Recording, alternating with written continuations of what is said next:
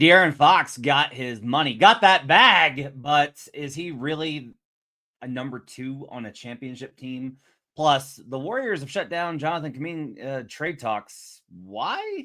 And we'll get into a little bit of why the Giannis trade stuff persists despite it not absolutely being a thing. All that and more on Locked On NBA.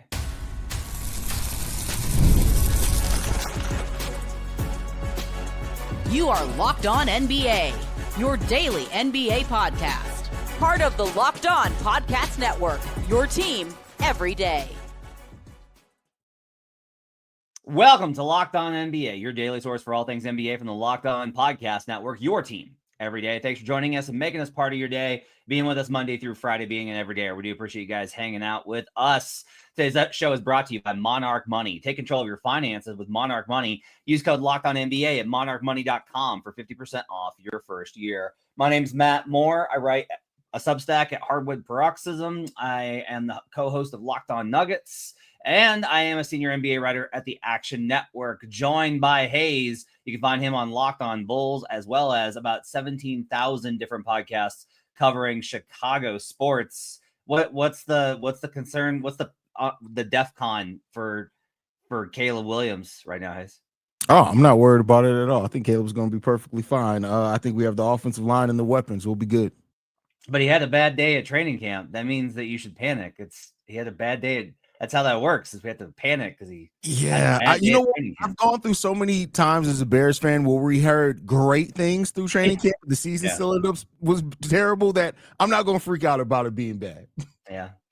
Nuggets had a good stretch of Zeke Naji looked great in training camp years that were always really amusing to look back on. No Doug Branson today. He's out this week and be back with us next week, and we do miss you, Doug.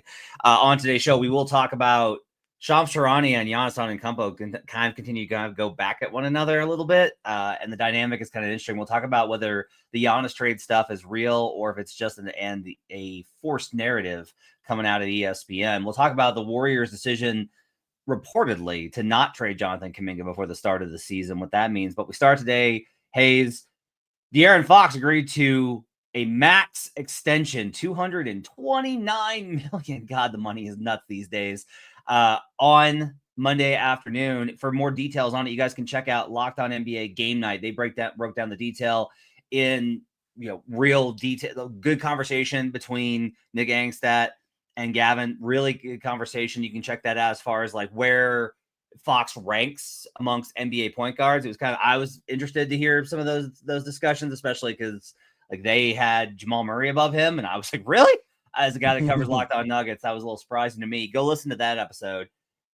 We're going to take a little bit of a different angle on it. And Haize, I just kind of want to ask about this. When we look at take the last, I guess this is kind of like as where it leads into, because I did just mention Jamal Murray.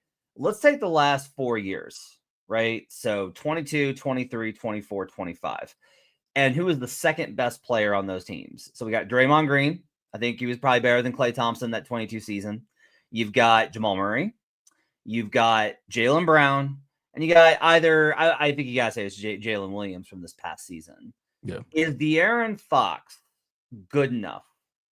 Even with Victor Wembanyama next to him, is he good enough to be the second best player on a championship level team?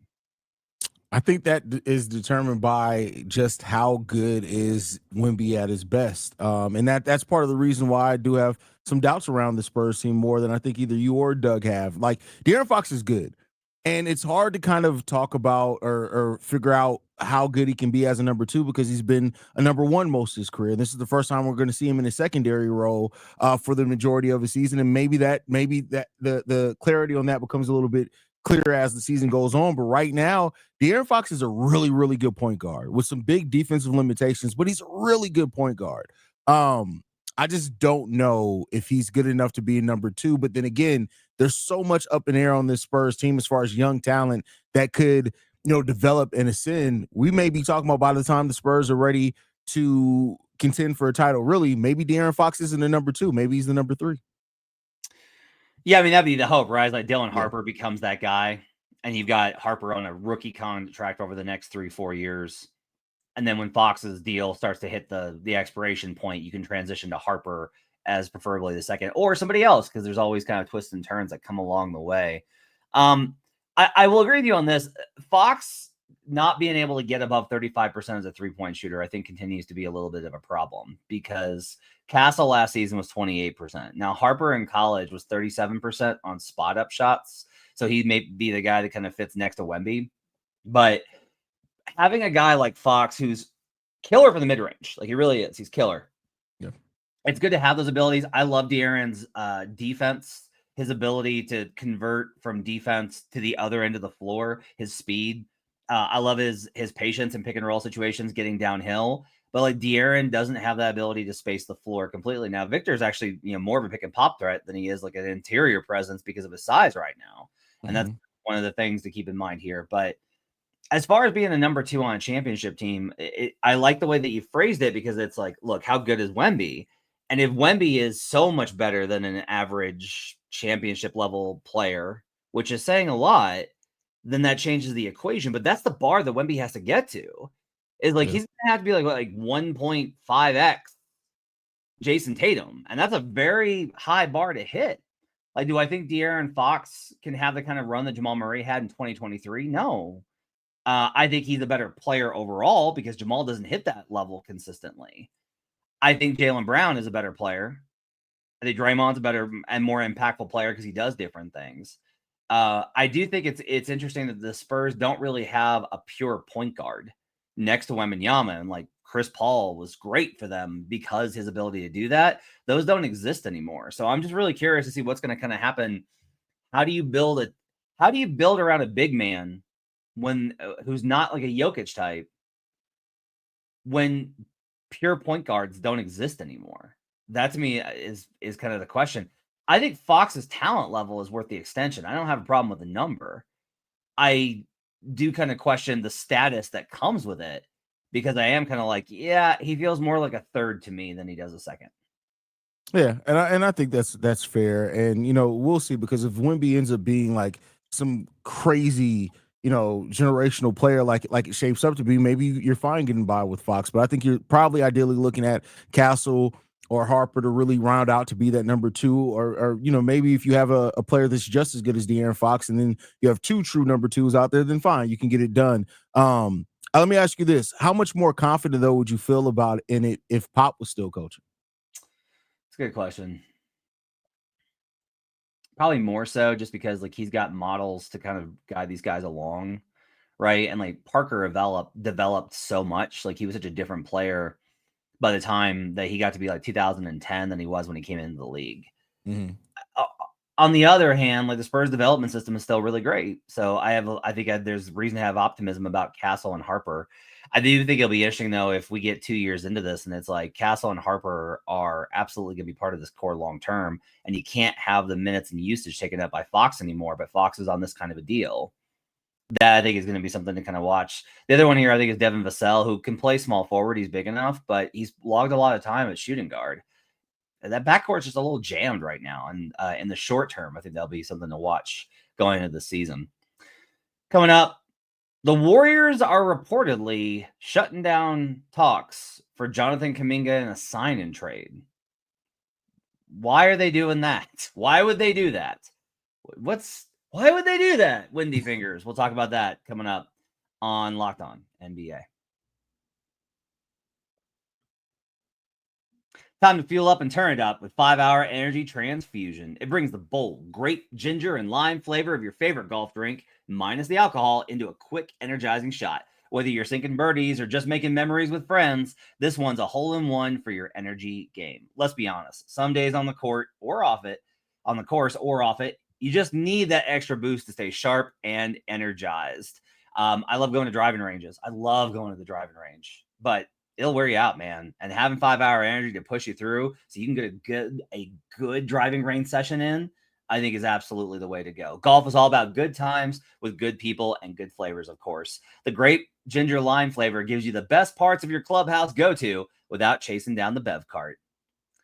Whether you're meeting up with friends or trying to turn 18 holes into 36, get the energizing boost you need to power through If you go to 5hourenergy.com today, that's the number 5hourenergy.com. You can use our promo code LockedOnGolf to receive 20% off your order. This offer is only valid until September 30th on one order and cannot be used with other promotions. The code is not good on subscription orders.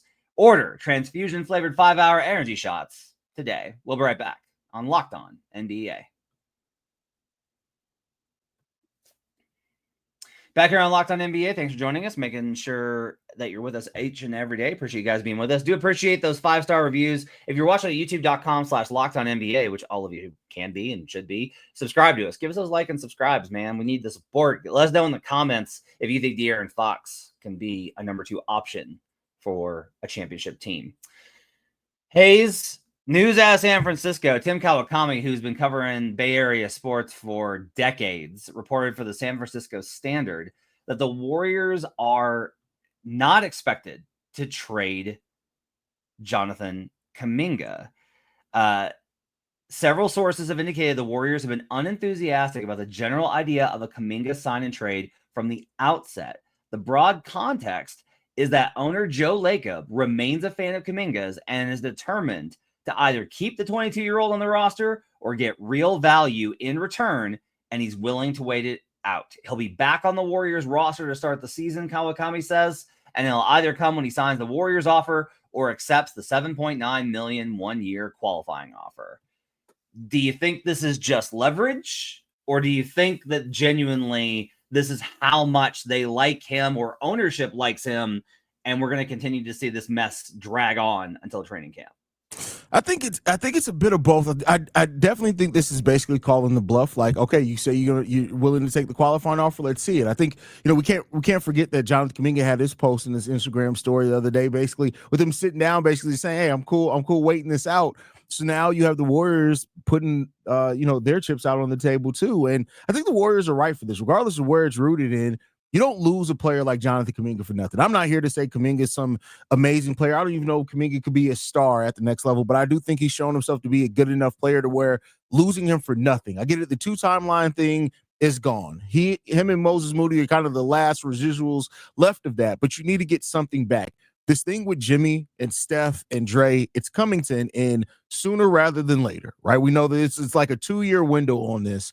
And so, I read that they, if it was like with the Kings, they want that 2030 pick unprotected. Like, I think that's the right move for them. You want those future assets because by the time this ends with this core that you are building around now, you need some type of chips so you can start forging for the future. So I think this is the right stance for the Warriors to take, and we'll see what happens there. I'm not with you on this. Do the trade. Take the Kings offer and take the run, Kings offer, man. Monk in a first. That's a really good offer. Here's the best way I think to put it. It's Monk in a first for a guy you literally chose not to play down the stretch of the season in the playoffs. In the most important minutes, you said he wasn't in the rotation, and you want, 2 firsts or an unprotected first for him? Come on, man. Like, I get it. It's the Kings. You can always kind of gamble on them kangsing this up and giving you what you want, but that offer is ridiculous. Like, Monk in a first is way more than he has shown to be worth, even to the Warriors. They should take that deal. Now, if they're just waiting to see if the Kings will come off of this and relent, fine, great. Leverage, push as much as you can, and then get it done. But you do risk this situation, Haize. If he gets fed up and he signs the $7.9 million qualifying offer, your leverage is gone. Now now it's a time bomb. Because you're gonna have, if you want to get value for him, you've got to trade him by the deadline, or you're losing him for nothing. Like, he's just gone. So then you have to deal him, and you can't expect the same, like, that Monk in a first offer will be gone if they know that you're out of time. If they know you have to do this deal by the deadline, that deal will no longer be the standard. So it is a balancing act here, and the Warriors are making it like a really, I think, risky gamble here. And if the end of it is like, well, Joe Lacob thinks he's good, cool, then you should have probably moved on from Steve Kerr, because Steve Kerr I think Steve Kerr thinks he's a really good player. I think Steve Kerr does not think he fits with this team. And Steve Kerr's job is to win games. And if he doesn't think Jonathan Kuminga can help him win games, he's not going to play him. And he's got the cachet to do that. I understand why this can all work out. But if we take things on face value, I can't see a situation in which this works out well for the Warriors. Yeah, I mean, I can see where you're coming from with that one. I mean, and part of this is that this is just the situation that you put yourself in. They should have dealt him. Once Steve Kerr didn't believe in Jonathan Kuminga, I get that, whoever wanted to keep him around, whether it was ownership, whether it was GM that believed in the talent, like you either play him or you trade a player like Jonathan Kuminga, because now you've let this go to restricted free agency. Restricted free agency, there's not a lot of money going around on, so I'm sure they thought they were going to have more leverage than this, but you can't or underestimate a player and the control that they still have. That qualifying offer is the end all be all. If he takes that qualifying offer, that's it. You're not going to get him back. You're not going to get very much for him at that point in time. You're done. And so I just think that this should have been resolved at last year's trade deadline. Shouldn't even have gotten to this point. Yeah, I don't mind if you want to move. If you like Jonathan Kuminga so much you want to move on from Steve Kerr. I don't agree with that decision, but that at least makes logic. Like there's a logic train there. But being like, no, we want to keep Steve Kerr and we want to compete with these three with his old dinosaur core, and we want to keep Kuminga.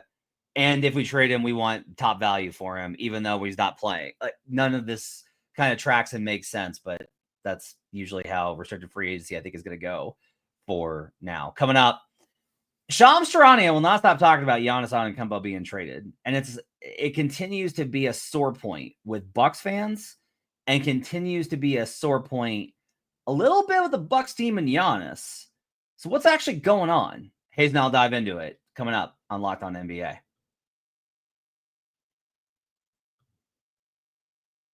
You ever wish managing your money felt easier? With Monarch Money, it can. Whether you're growing your savings or planning a big purchase, Monarch puts you in the driver's seat. It's like having your own personal CFO, giving you full visibility and control over your finances. Monarch Money is more than a budgeting app. It's a complete financial command center. You can track all your accounts, investments, and spending in one place. So in addition to managing your money, you're also building wealth. It's great when you've got a partner and you're trying to figure out across accounts, like, okay, where is this? How much money do we have here? And you're trying to budget for different things. It's got all sorts of elements to help you get a complete view of your finances, not just for savings, but also for growing that money. Take control of your finances with Monarch Money. Use code LOCKEDONNBA at monarchmoney.com for 50% off your first year. That's monarchmoney.com. Code LOCKEDONNBA for half off your first year. We'll be right back on Locked On NBA. Final segment with you here on a Tuesday. Glad to have you guys with us. Make sure to check out Locked On Game Night. Every night they're covering the biggest stories, so things that happen after we get done, which has basically been an extension a day. They get first crack at it. I would appreciate if more of these deals could be done in the morning, so we get first crack at it, NBA. Make sure to check out Locked On Game Night every night, though. So yesterday, or actually, I guess it was... Yeah, it was Monday morning is when he went on. Shams went on the ESPN Monday morning shows, and he gave a breakdown on the Giannis Antetokounmpo thing. And what he said was, these are the quotes, courtesy of hoopsrumors.com, which is a really valuable site, by the way. Quote, sources tell me there's still nothing set in stone about whether Giannis Antetokounmpo will stay in Milwaukee or whether he'll be leaving, end quote. Charania said, there's been some real conversations over the last week or so, Charania said. The constant question that Giannis has, though, is, can I win a championship with this roster? He wants to win a second championship, so he's asking that question over and over. Charania also reported there are multiple teams that continue to wait in the wings and hold up on various deals, and I wonder if the Warriors are one of them.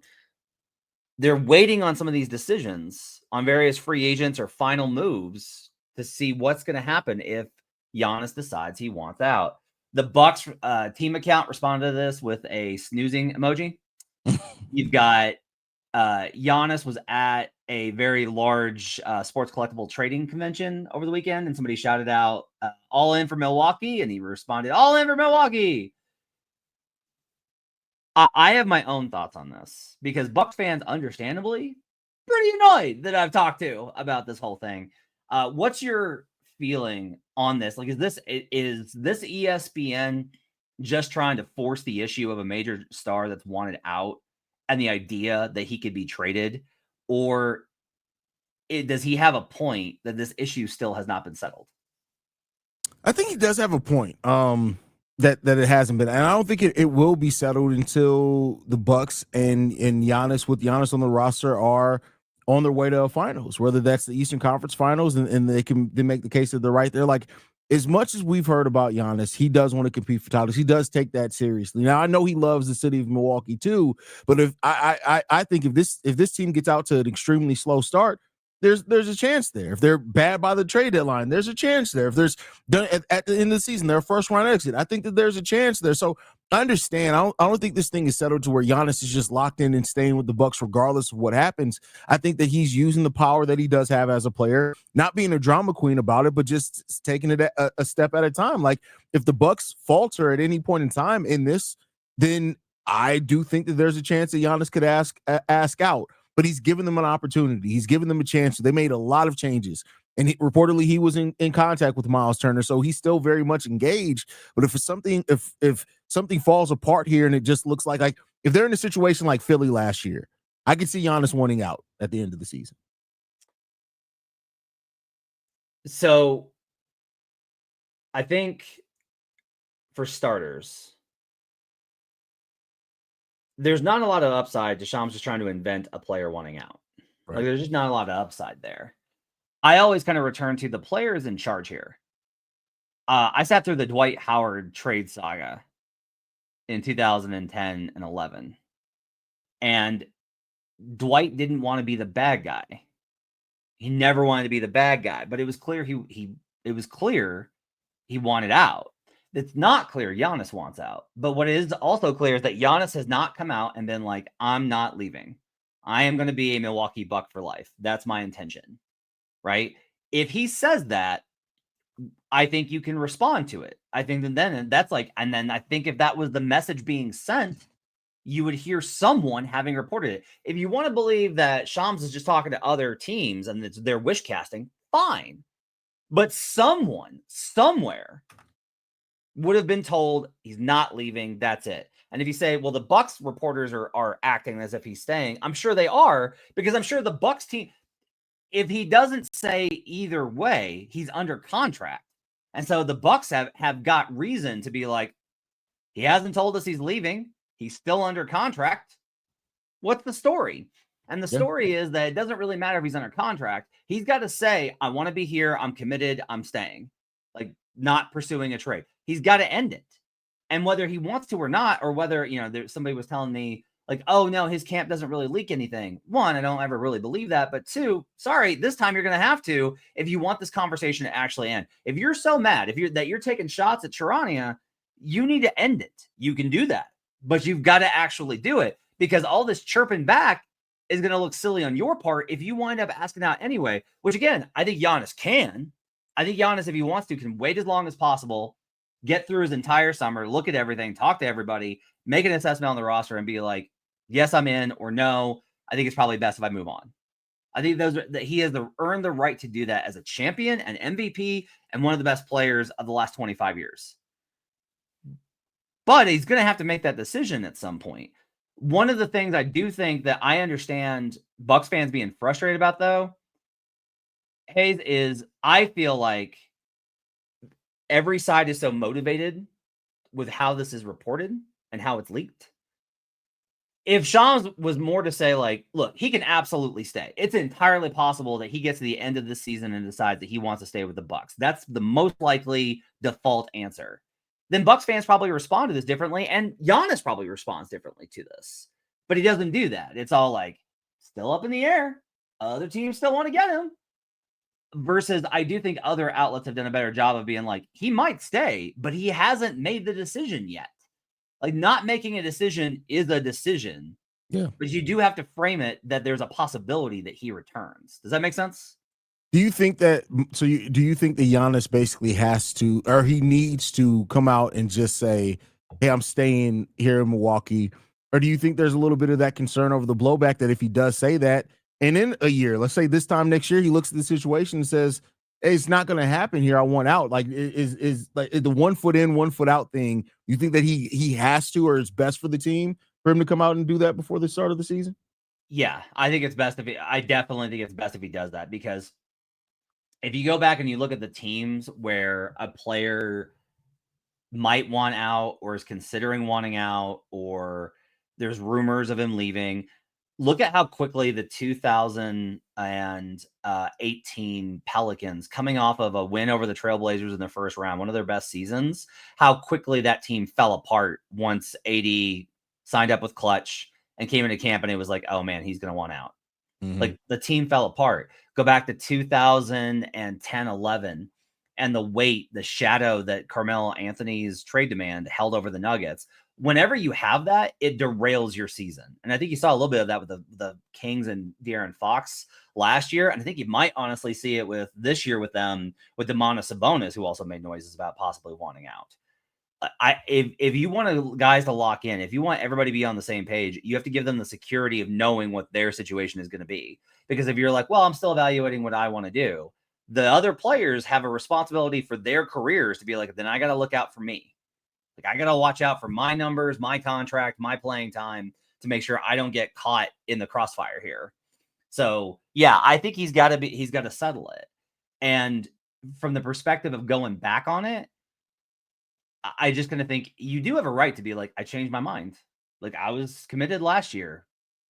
I changed my mind. Everybody, players want the ability to do that, but I do think that in the short term, it's okay. And I think it's okay for him to say that, be like, I'm always looking to do what's best for the opportunity to win championships. I'm a competitive person. I want to win championships. For right now, I think my best chance is with the Milwaukee Bucks, and I expect to be here through this season with Milwaukee. If he just says that, now he's going to have to deal with it again next year. But if he just says that, then it's like, all right, we'll put a pin in it. Yeah.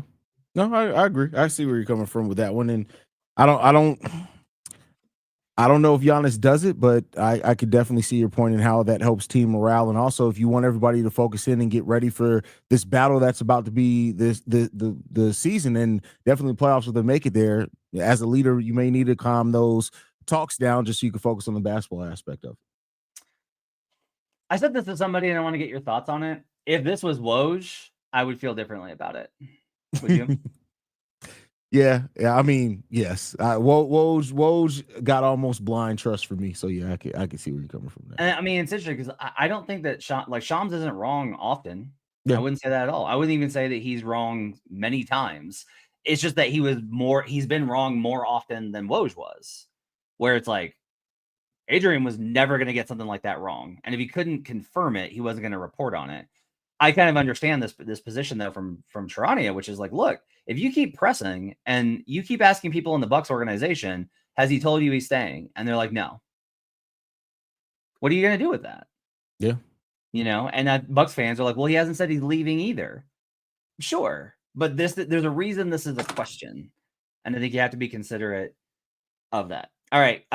Coming up later this week, we'll talk more about the various rankings that have come out. We'll hit on some of the other things. We'll see what other extensions get done. And maybe the Bulls will actually finish this Josh Giddey thing so I can get Haize's thoughts on that. Make sure to follow Haize on Twitter at CEO Haize. I'm at HB Basketball. Appreciate you guys being with us. We'll be back tomorrow with more. Thanks for joining us on Locked On NBA.